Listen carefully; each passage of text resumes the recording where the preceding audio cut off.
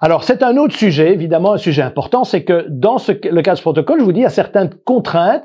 Une des contraintes, c'est le fait de devoir absolument prendre une excursion MSC quand on est en escale pour descendre du navire et découvrir la destination. On ne peut pas descendre du navire par soi-même et aller se promener n'importe où, je dirais, à destination. On l'a voulu, ça, pour garder un contrôle sérieux, un vrai contrôle sur le risque sanitaire. Et donc, par contre, ce qu'on a prévu, évidemment, c'est que toutes nos excursions sont également entièrement incluses dans le protocole sanitaire.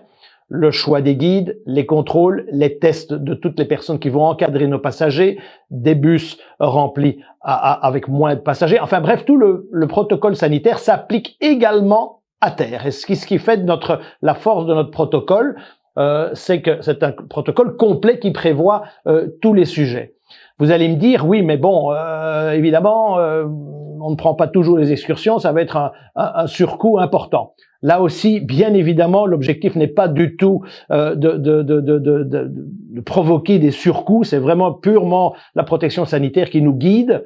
Et donc, on a prévu d'ailleurs commercialement, pour ceux qui vont réserver cette croisière alors qu'elle n'était pas prévue initialement. Donc je ne parle pas des reprotections de croisières annulées parce que là on a aussi prévu quelque chose, j'y viens tout de suite, mais pour les passagers qui réservent la croisière, ils peuvent réserver 3 excursions pour une somme modique, 100 € pour 3 excursions. Vous voyez qu'on n'est pas du tout dans les tarifs habituels, on le fait, ce n'est plus un centre de profit du tout, mais c'était important de pouvoir offrir une solution mais qui reste dans le cadre du protocole, qui reste notre priorité absolue.